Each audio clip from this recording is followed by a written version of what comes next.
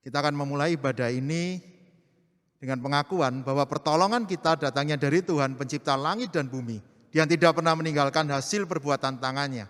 Turunlah atas kita kasih karunia dari Allah Bapa, Putra, dan Roh Kudus. Amin. Ya Bapa, kami mau menghadap kehadirat-Mu Tuhan. Engkau yang mempersiapkan hati kami, pikiran kami, agar kami boleh memasuki hadirat-Mu yang penuh dengan kekudusan itu ya Bapa. Kami mau diam di dalam hadirat-Mu Tuhan. Penuhi hatiku dengan hadir-Mu. Ku rindu memandang wajah-Mu, oh Tuhan, di dalam kekudusan-Mu. Bawaku dekat dalam hati-Mu. Kamu rindu mendengar akan Engkau Bapa. Ku rindu mendengar suara-Mu, oh Tuhan, di tempat kudus-Mu sekarang. Ku rasakan kasih-Mu dan indahnya kekudusan-Mu, penuhi dengan kasih-Mu.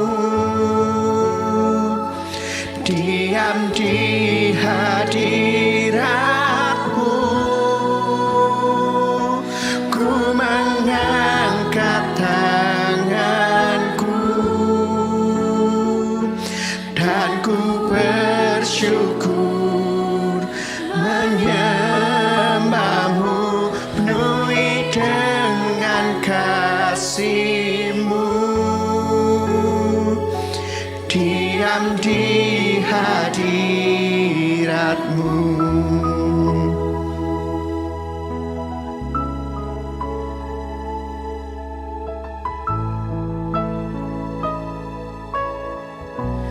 Penuhi hatiku dengan hadir-Mu. Ku rindu memandang wajah-Mu, oh Tuhan, di dalam kekudusan-Mu. Bawaku dekat dalam hati-Mu. Ku rindu mendengar suara-Mu, oh Tuhan, di tempat kudus-Mu sekarang. Ku rasakan kasih-Mu dan indahnya kekudusan-Mu, penuhi dengan kasih-Mu. Diam di hadirat-Mu, ku mengangkat tanganku dan ku bersyukur menyembah-Mu, penuhi dengan kasih-Mu. Diam di hadirat-Mu.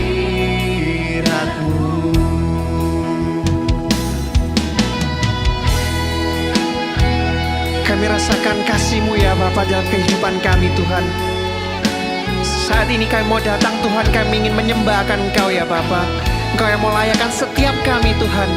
Biar kami boleh datang menghadap kehadirat-Mu ya Tuhan.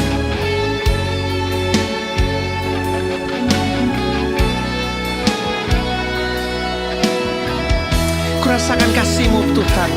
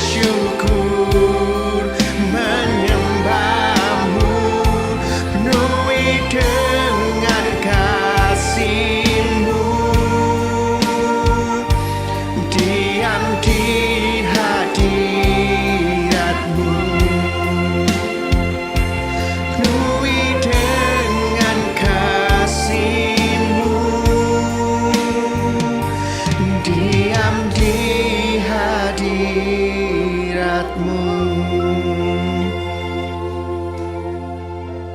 Sungguh ya Bapa, kami mau datang ke hadirat-Mu Tuhan. Engkau yang mau layakan setiap kami Tuhan. Engkau yang memenuhi kami, setiap kami anak-anak-Mu ini Tuhan dengan kasih karunia-Mu. Supaya kami boleh mendengar akan suara-Mu. Kami boleh mengerti Tuhan tentang firman-Mu ya Bapa. Terima kasih ya Yesus, terima kasih ya Bapa. Engkau mengizinkan kami Tuhan untuk kami boleh beribadah lagi pada hari ini. Dalam nama-Mu Yesus kami berdoa. Amin. Yes Jesus, Engkaulah satu-satunya Allah Tuhan yang layak untuk kami sembah dan kami tinggikan Tuhan. Kami mau datang ke hadirat-Mu, kami mau memuji akan Engkau. Karena kami percaya Tuhan, Engkaulah satu-satunya Raja yang bertakhta di atas segala raja.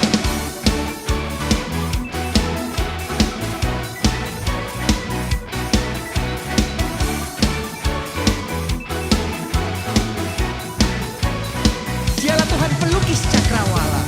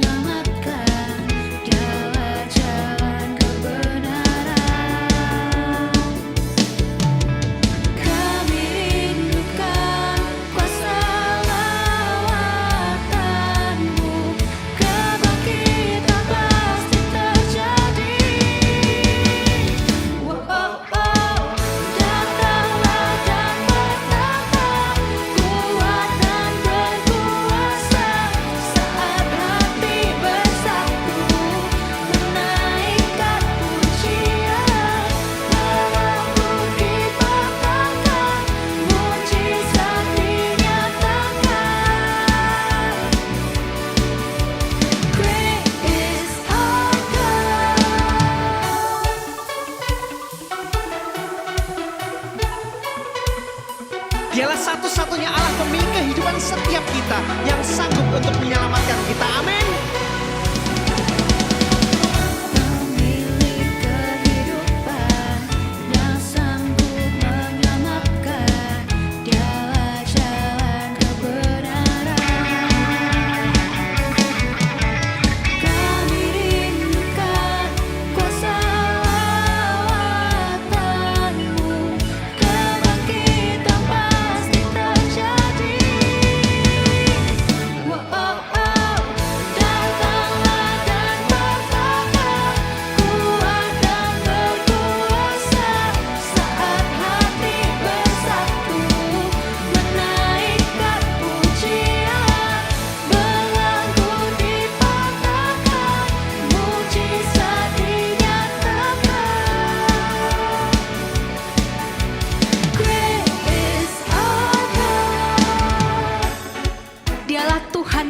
pelukis cakrawala, pemilik kehidupan kita. Dialah Tuhan yang bisa datang dan bertahta atas kehidupan kita semua.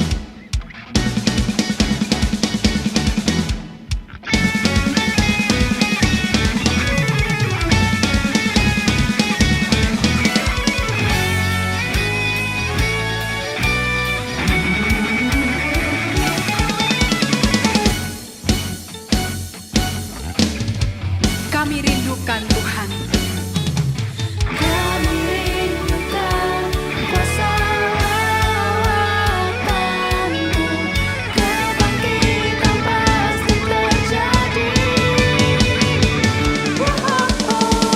Datanglah dan berkata, kuat dan berkuasa. Saat hati bersatu, menaikkan pujian.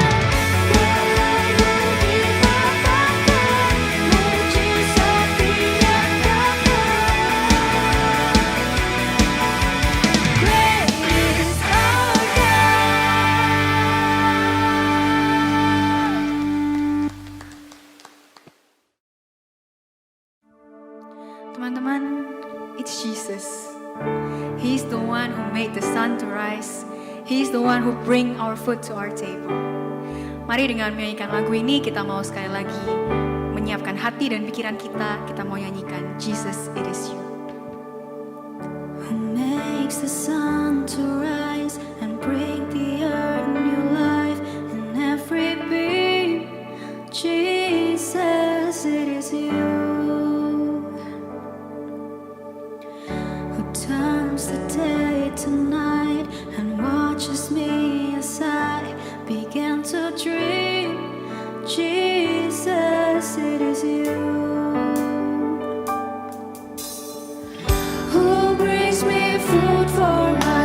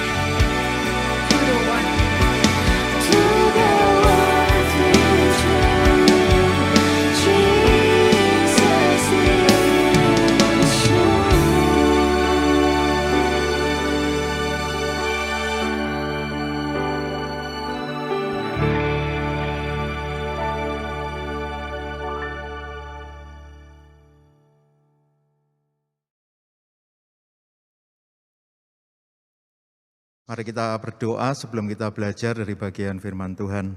Bapa di surga, saat ini kami mau belajar dari bagian firman Tuhan. Roh Kudus menolong kami supaya kami mengerti dan kami bisa melakukan bagian firman Tuhan ini. Di dalam nama Tuhan Yesus kami berdoa. Amin. Kita akan merenungkan bagian firman Tuhan dari Lukas 10 ayat 38 sampai 42. Lukas 10 ayat 38 sampai 42, demikian firman Tuhan. Ketika Yesus dan murid-muridnya dalam perjalanan, tibalah ia di sebuah kampung. Seorang perempuan yang bernama Marta menerima dia di rumahnya. Perempuan itu mempunyai seorang saudara yang bernama Maria. Maria ini duduk dekat kaki Tuhan dan terus mendengarkan perkataannya. Sedang Marta sibuk sekali melayani. Ia mendekati Yesus dan berkata, "Tuhan, tidakkah engkau peduli bahwa saudaraku membiarkan aku melayani seorang diri? Suruhlah dia membantu aku." Tetapi Tuhan menjawabnya, "Marta, Marta, engkau khawatir dan menyusahkan diri dengan banyak perkara. Tetapi hanya satu saja yang perlu. Maria telah memilih bagian yang terbaik yang tidak akan diambil daripadanya." Demikian bagian firman Tuhan. Bersyukur kita yang boleh membaca, boleh merenungkan kebenaran firman Tuhan ini. Saudara, kalau kita coba renungkan realita kehidupan seorang anak muda itu seperti apa gitu ya. Kalau kita coba lihat realita hidup anak muda, seringkali kalau boleh disimpulkan kira-kira 3 ini. Kenapa? Kalau kita tanya seorang anak muda, gimana sih hidupmu gitu ya? Kebanyakan jawabannya itu sibuk gitu ya. Sibuknya itu menarik. Kalau anak sekolah akan bilang sibuk sekolah. Kalau yang kuliah akan bilang sibuk dengan tugas-tugas kuliah. Tapi kalau dilanjutkan lagi ternyata menarik gitu ya.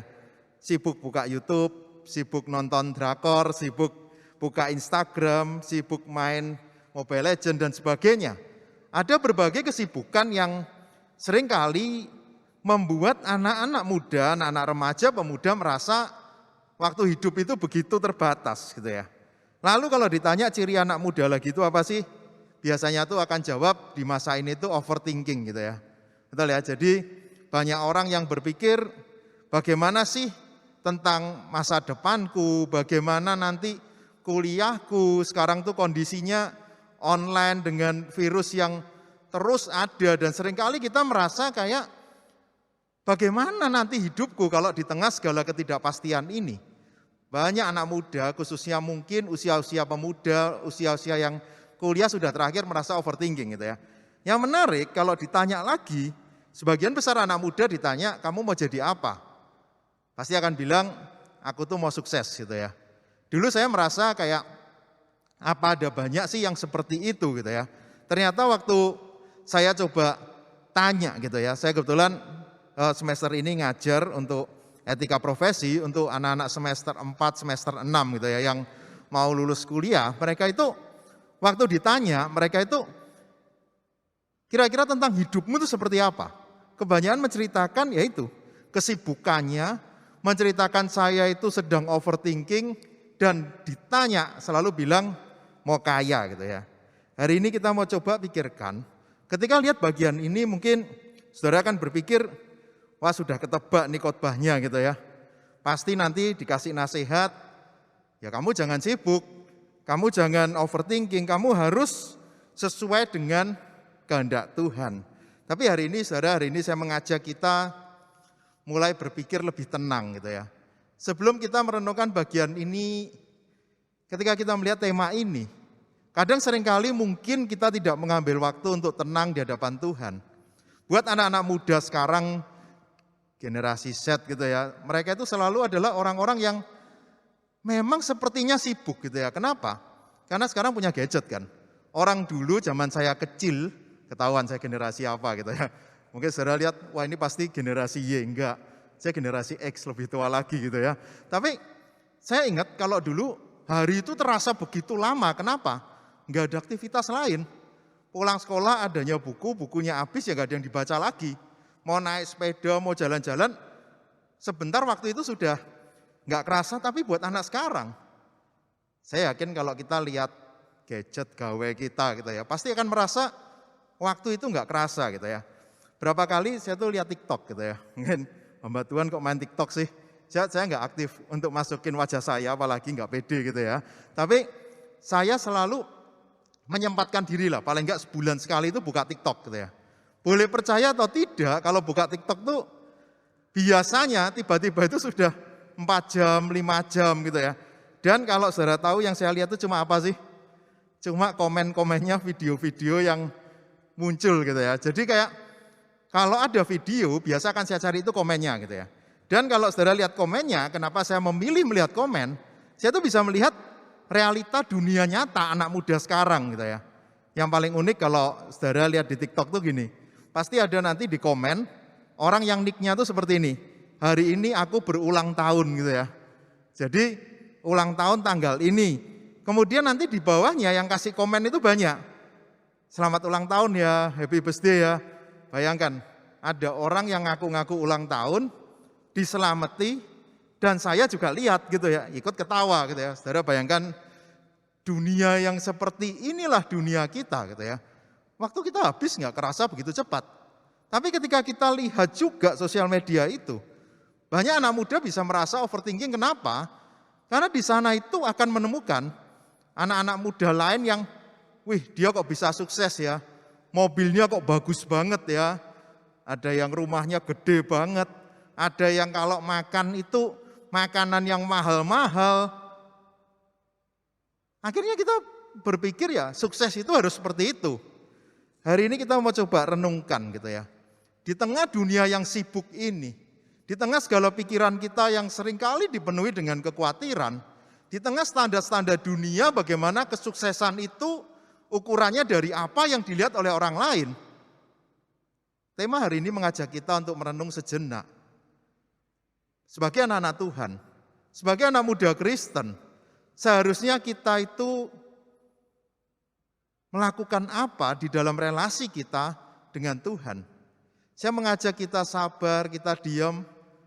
Mungkin kita mencoba di dalam mendengarkan kebenaran firman Tuhan ini. Kita coba tenang melihat Tuhan mau berbicara apa di dalam hidupku. Saudara, sebelum kita lihat, nanti saudara kan orang sekarang, saya yakin anak sekarang juga pinter-pinter gitu ya.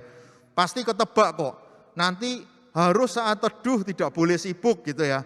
Tidak boleh overthinking, tidak boleh mencari kehendaknya sendiri, kesenangannya sendiri.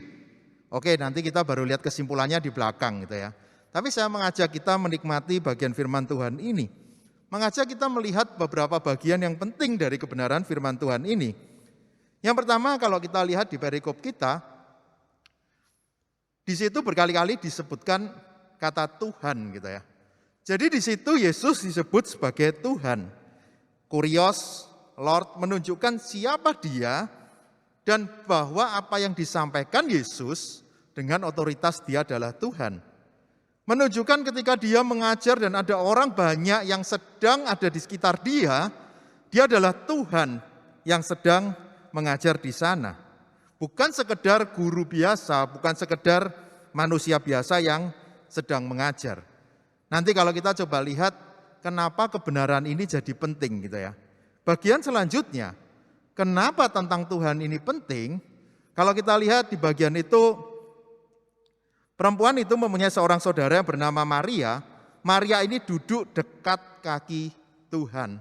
Jadi Maria itu duduk di dekat kaki Tuhan.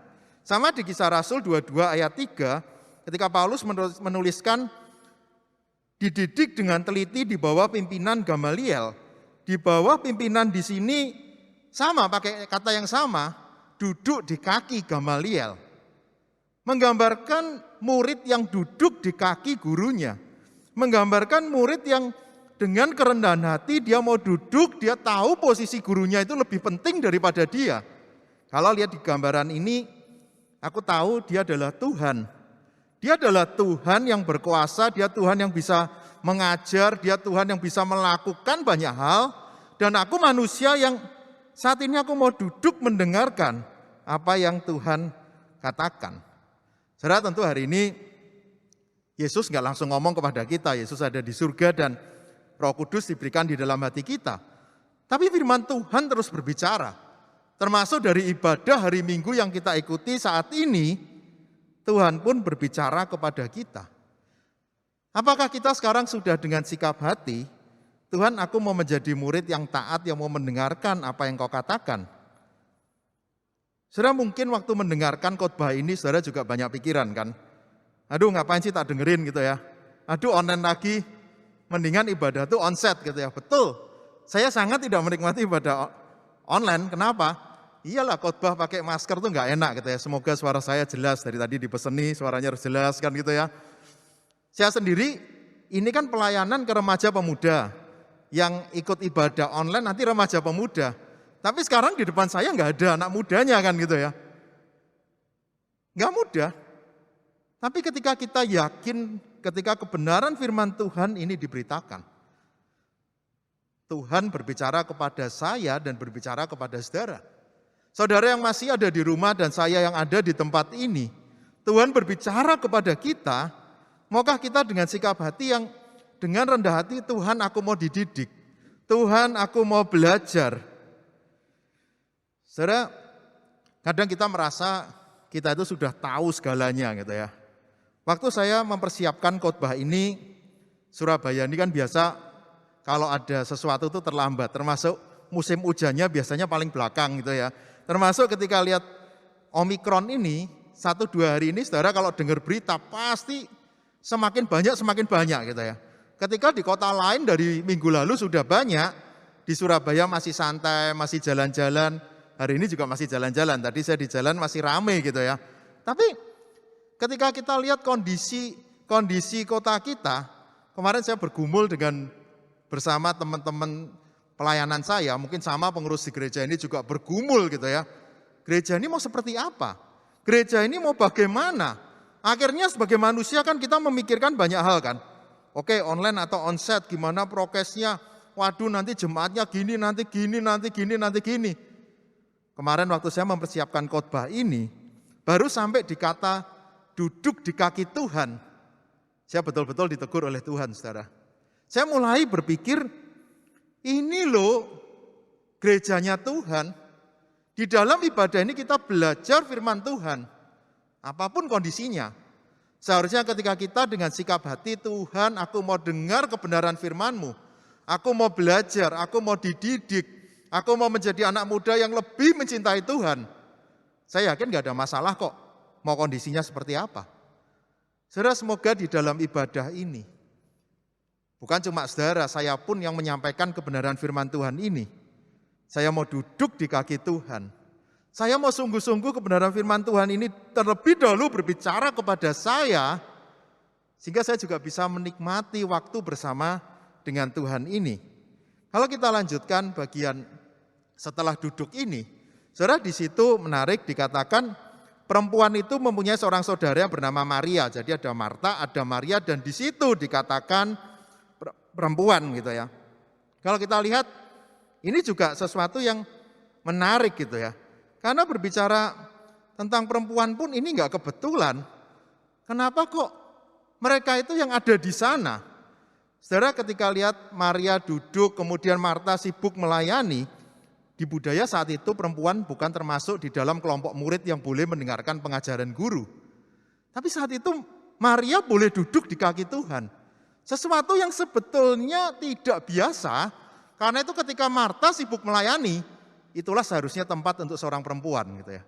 Itulah seharusnya tempat untuk seorang perempuan, dia sibuk melayani, yang boleh mendengarkan gurunya itu hanya laki-laki. Tapi menarik di bagian ini, tentu ini bukan kebetulan.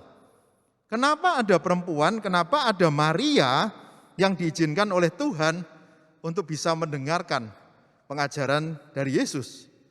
Saudara kalau kita lihat ini, kita pun bisa melihat ketika seseorang menjadi murid Kristus, ketika seseorang boleh mendengarkan kebenaran firman Tuhan, saya mau katakan bukan karena kita kuat dan hebat, bukan karena kita yang oke, karena aku baik, aku layak. Saudara kalau bilang, mungkin orang zaman itu kan orang Farisi ahli Taurat, ini hanya untuk orang Yahudi. Saya yakin kita juga nggak masuk hitungan kok. Saya nggak tahu sih kalau ada jemaat di sini yang keturunan Yahudi gitu ya, tapi saya jelas bukan gitu ya. Saya bukan orang Yahudi dan nggak ada turunan itu juga. Saya juga bukan orang yang baik. Saya dulu kecil juga sama pernah melakukan kenakalan-kenakalan anak remaja yang sampai hari ini, kalau teman saya tahu gitu ya, loh sekarang melayani Tuhan, Mereka selalu bilang kok bisa gitu ya. Saya cuma jawabnya gini, jangankan kamu yang heran, saya aja heran sampai hari ini gitu ya. Saudara betul, kalau kita masih boleh mendengarkan firman Tuhan, kita boleh dibentuk, kita boleh dipanggil, kita boleh dididik, itu semua hanya karena anugerah Tuhan. Karena itu menarik ya di sini ketika berbicara perempuan itu. Berbicara adalah orang yang dipilih oleh Tuhan. Berbicara bagaimana Tuhan sendiri yang mau mengajarkan sesuatu kepada murid-muridnya.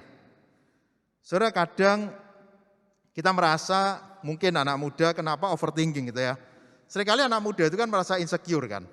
Anak remaja, pemuda zaman sekarang seringkali merasa, aku tuh gak sehebat orang lain kok.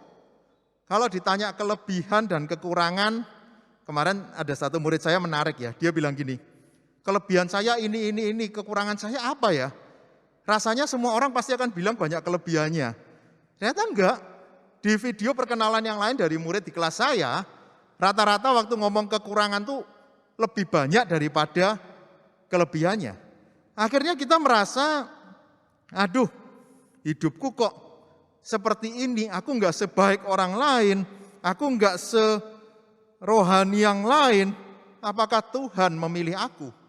Apakah Tuhan menyertai aku? Saudara, apapun yang saat ini kalian alami gitu ya. Mungkin kita enggak sehebat yang lain. Ketika firman Tuhan hari ini menyapa saudara, ketika saudara tahu Kristus mati buat saudara, saya mau katakan kita adalah orang-orang yang dipilih bagaimanapun kondisi kita. Lihat ya saudara, sampai di bagian ini sangat menarik ya. Lalu bagian yang selanjutnya, ini bagian yang cukup penting untuk tema kita, sedang Marta sibuk sekali di ayat selanjutnya. Kalau kita lihat di sini sibuk sekali gitu ya. Kata yang dipakai perispo itu kayak terdistract gitu ya, distracted. Jadi kayak perhatiannya itu sekarang fokus kepada pekerjaannya itu. Perhatiannya itu terlempar kepada tanggung jawabnya dan itu jadi beban gitu ya. Makanya kan dia sibuk melayani dan dia waktu lihat Maria kok duduk di situ, kok dengar Yesus. Ini salah ini. Lihat ya, ada orang dengarkan Yesus mengajar kok salah sih? Karena dia fokusnya sekarang cuma pekerjaan. Sebenarnya yang menarik ya, di ayat ini juga satu hal ya yang menarik. Marta sibuk, ia mendekati Yesus dan berkata, Tuhan tidakkah engkau peduli gitu ya. Saudara, ini menarik ya. Ternyata Marta juga datang kepada Yesus, dan saya cuma mau bilang Yesus itu luar biasa ya. Dia juga peduli kok kepada Marta. Dia juga tahu dan dia bilang, Marta engkau khawatir dan menyusahkan diri. Yesus mau tunjukkan itu loh yang kamu sekarang lakukan. Kamu khawatir, kamu menyusahkan diri, tapi kamu tidak melihat bagian yang terbaik di dalam hidupmu. Yesus gak marah. Tapi Yesus bilang, kamu tuh salah fokus gitu ya. Kamu bukan fokus kepada apa yang seharusnya, kamu fokus kepada apa yang menurutmu itu benar. Pada saat itu Yesus ada di sana dan sedang mengajar. Saudara, kalau lihat bagian ini, di tengah dunia yang sibuk yang tadi saya bilang di awal gitu ya. Di tengah segala pikiran-pikiran yang membuat kita overthinking tadi, akhirnya seringkali arah kita itu salah gitu ya. Kita kemana cuma kita mau ikut orang lain. Kemarin ada satu murid yang bilang gini, kenapa saya kuliah di jurusan ini? Karena saya ikut teman gitu ya. Bayangkan ya, ada orang kuliah ikut teman, terus nanti temennya nggak jadi kuliah misalnya gitu ya. Bisa-bisa kan dia menyesal kan gitu ya. Aku sudah ikut dia tapi sekarang kok temanku kok malah meninggalkan aku. Bisa jadi kan seperti itu kan. Dulu ada yang kenapa kuliah jurusan ini, ikut pacar gitu ya. Dan sekarang sudah putus Pak gitu ya. Wah rasanya itu kayak itu sedih banget gak sih. Kayak sebelumnya kayak mungkin gitu ya. Lulus SMA, kita kuliah bersama, nanti kita kerja, lalu kita menikah. Ternyata kisahnya tidak seindah itu kan. Ternyata akhirnya waktu kuliah sudah putus. Saudara, ketika kita melakukan banyak hal di dalam hidup kita, seringkali kita tidak fokus kepada Tuhan. Seringkali kita tidak fokus kepada apa yang menjadi kehendak Tuhan.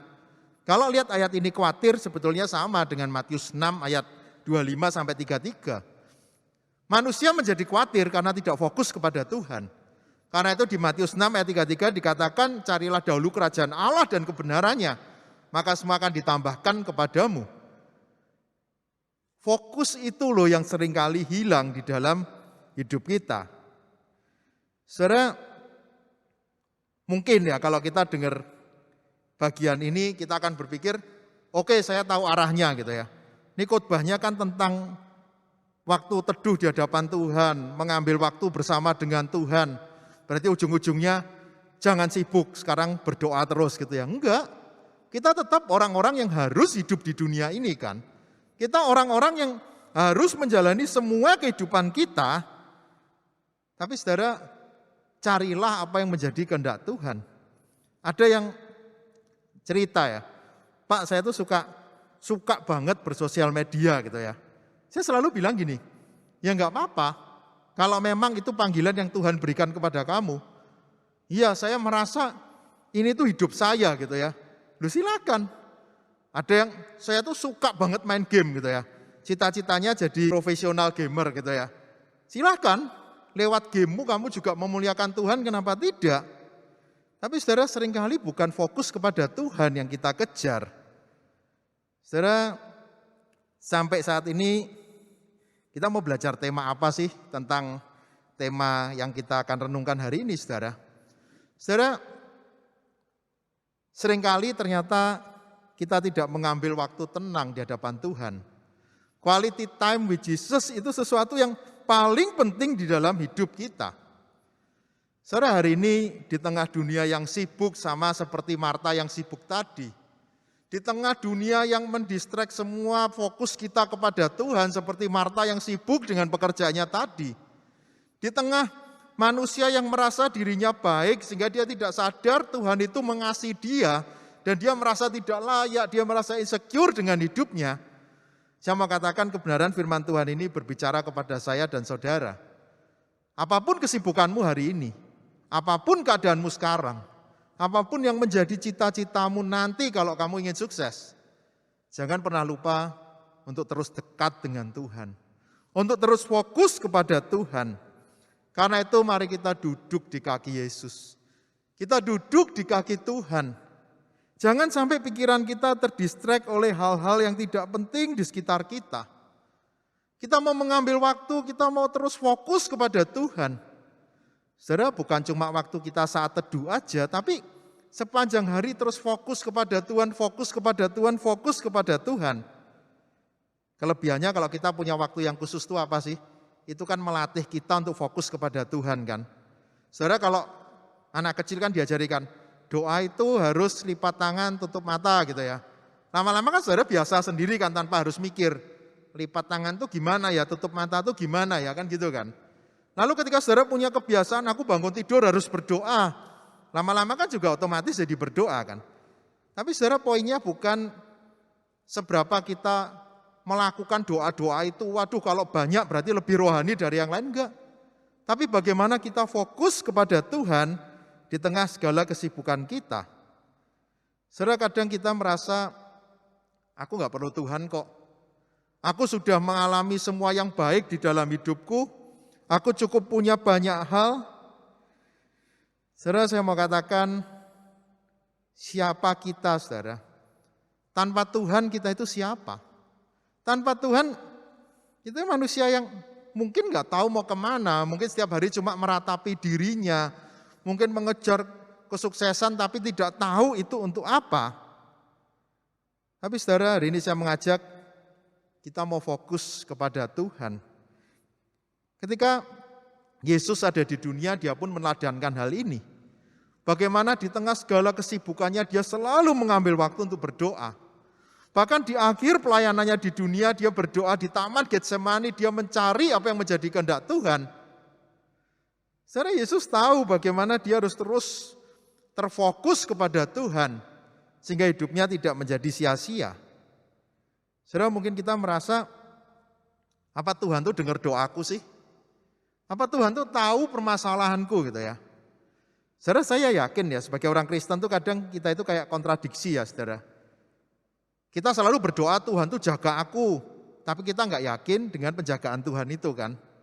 Kita selalu berdoa, Tuhan berikan aku berkat, berikan aku rezeki, tapi waktu ada kesulitan kita fokus kepada kesulitan, kita khawatir dan kita tidak yakin akan pemeliharaan Tuhan. Saudara kalau lihat di bagian ini, sebetulnya siapa sih yang tidak mendengar gitu ya? Kita yang nggak mendengar Tuhan kok. Dia selalu ada, dia selalu menunggu kita, dia selalu menantikan kita untuk dengan kerendahan hati datang kepada dia. Dan sadar nggak, kita biasa datang kalau masalah kita sudah terlalu berat, saudara. Saya mengajak dalam keadaan apapun, mari kita datang kepada Tuhan. Kita mau datang kepada dia. Lalu bagian selanjutnya, kenapa kita harus datang kepada Tuhan, punya waktu khusus di hadapan Tuhan. Ketika kita datang kepada Tuhan, kita itu sadar, seharusnya kita itu tidak layak dan kita tidak masuk hitungan untuk menjadi anak-anak Tuhan. Tetapi Tuhan yang melayakkan. Kristus mati di kayu salib supaya kita diperdamaikan dengan Dia. Supaya kita bisa berelasi dengan Dia, bukankah itu hal yang luar biasa? Saudara, standar Tuhan berbeda dengan standar dunia. Tuhan punya standar yang berbeda ketika Dia melihat murid-muridnya. Mungkin Maria ini tidak masuk hitungan di zamannya saat itu. Mungkin kita tidak masuk hitungan dari teman-teman kita merasa, aku itu siapa? Saudara, ketika standar Tuhan itu berbeda, kita lihat di bagian firman Tuhan ini. Saudara, siapapun kita sekarang, kita ini sangat dikasihi Tuhan. Bahkan kita yang merasa tidak layak, kita yang merasa begitu lemah, kita yang merasa begitu terbatas. Matius 21 ayat 5 ini menarik, saudara. Yesus pun di dalam sebagai Tuhan, dikatakan rajamu datang kepadamu, ia lemah lembut dan mengendarai seekor keledai beban yang mudah. Dia pun raja yang datang masuk ke Yerusalem naik keledai. Raja yang nantinya mati di kayu salib karena kehendak Bapa tidak sama dengan standar dunia. Dan karya keselamatan yang begitu luar biasa itu dilakukan oleh Yesus, yang oleh dunia dianggap lemah tadi. Saudara, kalau hari ini Tuhan masih menyapamu gitu ya. Tuhan sangat mengasihimu. Dia sudah melepaskanmu dari dosa. Bagaimanapun orang melihatmu, atau kita merasa begitu lelah, Tuhan ada bersama denganmu. Karena itu ambil waktu tenang bersama dengan Dia. Ambil waktu untuk menikmati kasih-Nya itu. Ambil waktu untuk menikmati bagaimana aku selalu dijaga, aku selalu dilindungi. Saudara, kadang sebagai anak-anak muda kan saudara mengambil banyak waktu berpikir, tapi berpikir yang enggak gitu ya. Yang malah seringkali anak muda sekarang kan kayak lebih suka senja gitu ya. Kalau senja itu kan kayak melo, kayak berpikir tentang hidup. Ambil waktu silakan di tengah senja itu menikmati dunia ini, merenungkan hidup kita, tapi renungkan juga tentang Tuhan. Renungkan tentang kebaikan Tuhan. Quality time bersama dengan Tuhan membuat kita bisa berserah kepada Tuhan. Lalu saudara, dengan waktu bersama dengan Tuhan, selain kita bisa fokus kepada Tuhan, kita bisa melihat betapa berharganya hidup kita akan bisa meresponinya dengan apa? Melakukan bagian yang terbaik bagi Tuhan. Kita melakukan yang terbaik bagi Tuhan. Kenapa? Semakin kita dekat dengan Tuhan, semakin kita peka dengan apa yang menjadi kehendak Tuhan. Mungkin ilustrasi ini saya pernah ceritakan ya, pengalaman saya melayani anak-anak muda, anak remaja pemuda. Biasanya itu kan anak muda tanya, gimana cara tahu jodoh itu dari Tuhan apa tidak gitu ya. Ini pertanyaannya sering ditanyakan ke saya dan jawaban saya biasanya gini, kamu saat teduh apa enggak? Loh, apa hubungannya aku gitu ya. Saya selalu jawab, kamu pengen tahu jodoh dari Tuhan tapi kamu enggak pernah dekat sama Tuhan, ya kamu enggak akan pernah peka dengan apa yang menjadi kehendak Tuhan. Saudara, bukankah ini yang harus kita lakukan, kepekaan itu? Ketika Yesus terus berdoa, akhirnya Yesus dengan setia dia menyerahkan nyawanya. Dia tahu rancangan Tuhan itu yang terbesar di dalam hidupnya, bahkan untuk menyelamatkan umat manusia. Dia taat. karena dia tahu apa yang menjadi kehendak Bapanya. Saudara, Yesus sudah mengajarkan, sudah meneladankan, bahkan menjadi korban pendamaian supaya kita bisa berelasi dengan Allah secara pribadi. Sebagai penutup Kolose 1 ayat 19 sampai 23. Karena seluruh kepenuhan Allah berkenan diam di dalam Dia, dan oleh Dialah Ia memperdamaikan segala sesuatu dengan dirinya, baik yang ada di bumi maupun yang ada di surga, sesudah Ia mengadakan pendamaian oleh darah salib Kristus. Kalau kita lihat di sini, dulu kita jauh dari Allah. Kristus sudah memperdamaikan kita. Miliki waktu khusus, waktu teduh, waktu yang berkualitas bersama dengan Kristus. Dia sangat mengasihi kita. Dia selalu ada untuk kita. Mari kita fokuskan hati kita kepada Dia. Sadari bahwa kita ini tidak layak, tetapi karena kasih-Nya kita dilayakkan untuk dekat dengan Dia. Jangan sia-siakan anugerah Tuhan untuk boleh dekat dengan Dia. Mari kita terus cari apa yang menjadi kehendak-Nya, sehingga karya penebusannya tidak menjadi sia-sia. Kita hidup melakukan kehendak-Nya, kita boleh menjadi saksinya. Mari kita berdoa. Bapa di surga, kami bersyukur Tuhan begitu mengasihi kami. Yesus mati di kayu salib supaya kami boleh diperdamaikan dengan Allah, sehingga kami boleh berelasi secara pribadi dengan Allah. Ampuni Tuhan, sebagai orang-orang yang sudah Kau tebus, kami menyia-nyiakan kesempatan itu. Biarlah sejak kami masih muda, kami terus punya waktu untuk dekat dengan Tuhan. Karena itu hak istimewa yang Tuhan berikan melalui penebusan Kristus di kayu salib. Kami boleh berelasi dekat dengan Tuhan. Setiap hari di dalam hidup kami mau terus dekat dengan Engkau. Sehingga kami terus fokus kepada Tuhan. Sehingga kami tahu betapa berharganya hidup kami. Sehingga kami mengerti apa yang menjadi kehendak Tuhan. Tolong kami Tuhan. Terima kasih Bapa, di dalam nama Tuhan Yesus kami berdoa. Amin. Teman-teman, kita juga hari ini mau belajar bersama-sama seperti firman Tuhan yang sudah diberitakan. Kita mau berdoa bersama-sama, kita mau berjuang bersama-sama untuk berdoa, bersyafaat bersama. Mari, saya mau undang setiap kita untuk berdoa bersama-sama. Mari kita berdoa. Bapa di dalam surga, kami sungguh mengucap syukur untuk kesempatan kami boleh beribadah bersama, kami boleh belajar kebenaran firman Tuhan bersama-sama. Pada saat ini kami juga ingin berdoa bersatu hati, terus mendoakan bangsa dan negara kami. Kami tahu situasi ini tidak mudah, kami tahu situasi ini melelahkan bagi setiap dari kami.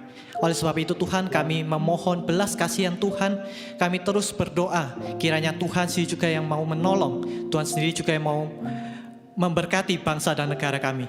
Kiranya Tuhan tolong para pemimpin negara kami, kiranya Tuhan tolong mereka yang duduk di bangku pemerintahan. Kami juga terus berdoa untuk setiap anak-anak Tuhan, dimanapun mereka berada, khususnya mereka yang tertimpa musibah, khususnya mereka yang terus berjuang, bergumul untuk bisa melanjutkan hidup mereka. Bapa dalam surga, kami juga berdoa secara khusus untuk para pemimpin rohani kami, di tengah pergumulan mereka masing-masing, di tengah tantangan yang terus mereka hadapi. Kiranya Tuhan juga yang menolong setiap dari mereka untuk boleh memimpin kami, untuk boleh membina kami sebagai anak-anak Tuhan, sehingga kami pun boleh bertumbuh, terus mengenal Tuhan dengan baik. Bapa, kami juga mau berdoa untuk setiap anak-anak Tuhan yang mereka terus berjuang untuk bekerja, untuk meneruskan studi mereka. Kiranya Tuhan sendiri juga yang mau mampukan setiap dari kami, sehingga kami pun boleh menjalani studi kami, menjalani pekerjaan kami dengan baik. Kami percaya Tuhan, Engkau adalah Allah yang berkuasa. Kami percaya Tuhan, Engkau adalah Allah yang berdaulat. Dan kami mau menyerahkan setiap seruan doa kami ini hanya kepada Engkau. Di dalam satu nama, Yesus Kristus, kami sudah berdoa. Amin. Mari bersama-sama kita mengikrarkan pengakuan iman kita yang berbunyi. Pengakuan iman rasuli. Aku Aku percaya kepada Allah, Bapa yang Maha Kuasa, Khalik langit dan bumi, dan kepada Yesus Kristus, Anak yang tunggal Tuhan kita, yang dikandung daripada Roh Kudus, lahir dari anak darah Maria, yang menderita sengsara di bawah pemerintahan Pontius Pilatus, disalibkan, mati dan dikuburkan, turun ke dalam kerajaan maut. Pada hari yang ketiga, bangkit pula dari antara orang mati, naik ke surga, duduk sebelah kanan Allah, Bapa yang Maha Kuasa, dan dari sana Ia akan datang untuk menghakimi orang yang hidup dan yang mati. Aku percaya kepada Roh Kudus, gereja yang kudus dan am, persekutuan orang kudus, pengampunan dosa, kebangkitan tubuh, dan hidup yang kekal. Amin. Amin. Untuk meresponi firman Tuhan, mari kita sama-sama sekali lagi nyanyikan Jesus, It Is You.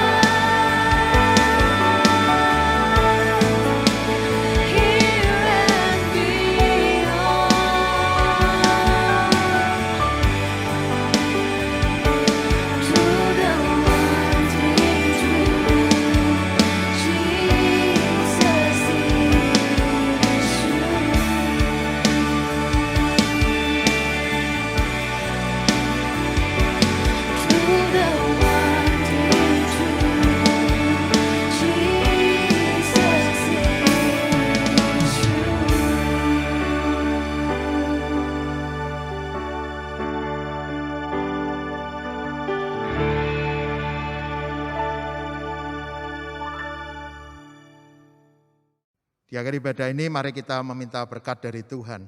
Kiranya kasih karunia Allah Bapa, cinta kasih Yesus Kristus, penghiburan dan pertolongan Roh Kudus memampukan kita menjadi anak-anak muda yang selalu fokus kepada Tuhan, yang selalu mencari apa yang menjadi kehendak Tuhan, yang mau melakukan kehendaknya dari sekarang sampai selama-lamanya. Amin.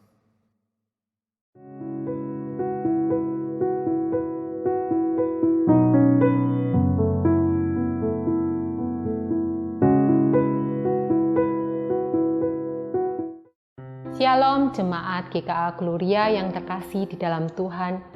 Pada bulan Maret, GKA Gloria bekerja sama dengan Perkumpulan Keluarga Karis kembali mengadakan kelas katekisasi pranikah atau yang disebut dengan Premarital Class PMC.